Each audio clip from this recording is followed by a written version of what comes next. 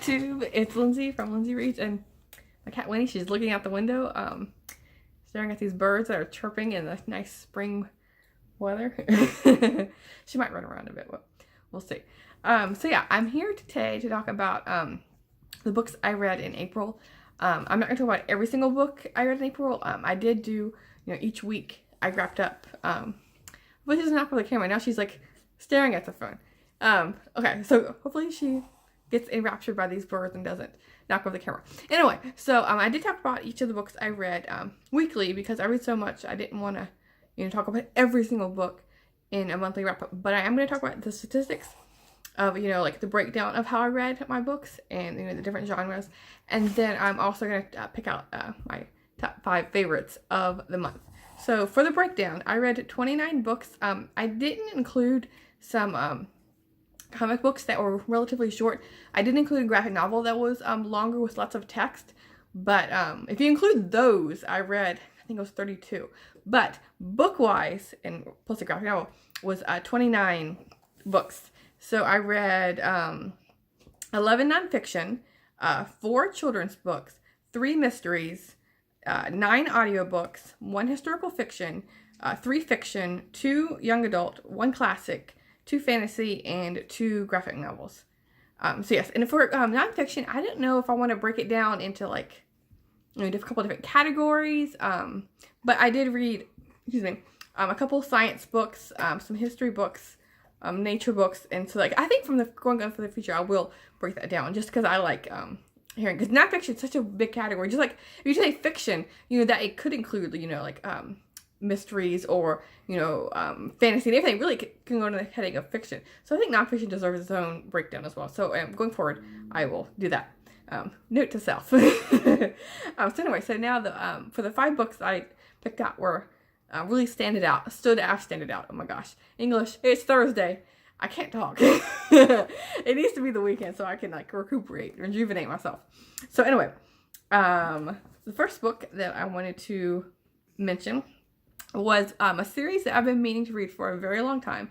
And I guess a couple of commenters were mentioning that this series is going to be, I believe, a TV show. And I know before it had a TV show. And so it's perfect timing for me. I had no idea. And so maybe the world was just coming together. It's like, Lindsay, read this book, this series now. And that is the Babysitter's Club series. And this is the first book, Christie's Great Idea. And it's written by Anne M. Martin. And this doesn't look like the original cover, but they all have this Babysitter's Club up top. So yes, this is the first book. I really enjoyed it. I already have a hold on the second book at my library, so I should be getting to it relatively soon, sometime this month. It's still a very popular series, even though this came out in the 1980s. This first one came out in 1986. So yeah, it's still very popular. Lots of holds on the each book, at least in the beginning of the series, I'm noticing. So yes, this is about a group of friends who kind of feel like they're going their separate ways a bit as they're getting older. So Christy, her great idea is coming up with a Babysitter's Club just to, keep her friends more close-knit. And so they decide to do this because they're already babysitting individually, but they decide to get together and pool their resources so they have, more context, more job opportunities. Like if Christy can't do it on one day, then one of her friends can. So they're kind of sharing work. And so yeah, it's a great series of learning responsibility. You get to know a bit about each of their families and of course their friendships. So it's a really fun series. So if you haven't read it, if you live in the dark in a hole like me, then yes, you should pick it up. This next one is going from really light and nice and sweet. This one made it to my top 5, but it is darker to say the least. And that is The Cow with Ear Tag 1389 by Catherine Gillespie. And this one, I had picked it from Barnes & Noble. And I should have brought my physical copy with me. But anyway, so this book, it's all about factory farming, but it puts an emphasis on dairy cows. I've read a couple of books on factory farming and farm sanctuaries and whatnot. But this one focuses just on dairy farming and, how, it talks about all different I can't talk. Oh my gosh. All different aspects of that, including, how the dairy industry has changed and progressed over time. and you know how small farms have really gone out of business, and now it's just like the major corporations with like the small farmers really struggling.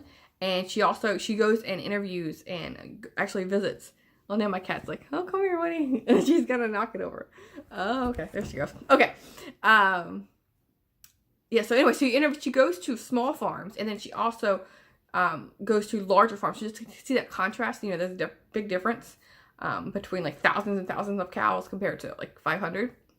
And then she also goes to some farm sanctuaries, you know, and sanctuaries are, you know, they're rescuing animals from these big corporations, you know, to, you know, save their lives basically. And so she goes to them, and then she also goes to some auctions, you know, where cows are either going to the one farm to another, or they're just being bought, you know, as like a brand new baby cow, or they're being, you know, possibly sent to a slaughterhouse. And she also goes in depth about slaughterhouses and the rendering factories, when rendering factories were horrific to read about.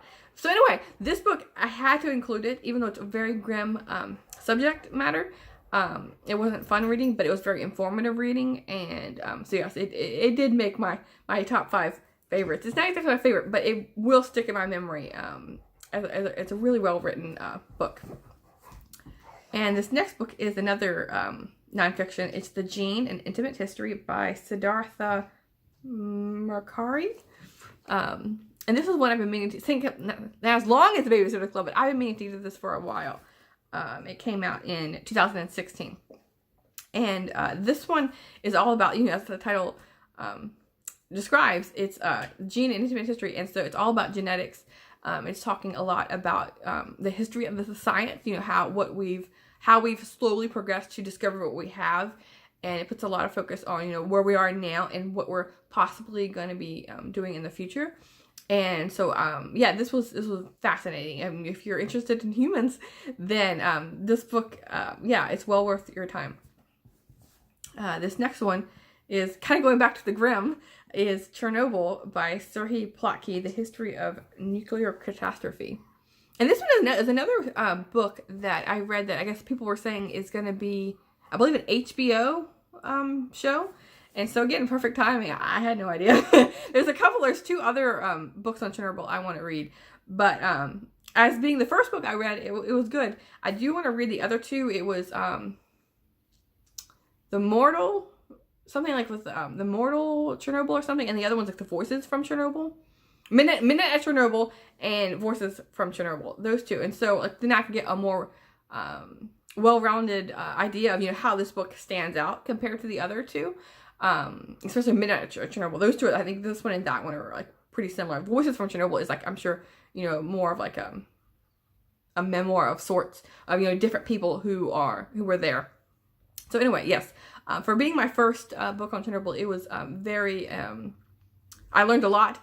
It was harrowing. Oh my gosh. Like, you know, how the government, I learned a lot about, you know, how the government made some really bad decisions on you know, not evacuating the cities, and how the cities and then how they, you know, they were building the nuclear plant, which I just couldn't believe, you know, how they were cutting corners just to make it faster, just to compete, you know, in the Cold War. The Cold War, I feel like had a lot to do, and especially the government, how the government was run, had a lot to do with the failure. And but of course, even in the United States, you know, with all our regulations, nuclear plants can, you know, blow up, or, you know, accidents can happen, just like that, just because, you know, a big catastrophe, you know, with like a hurricane or anything.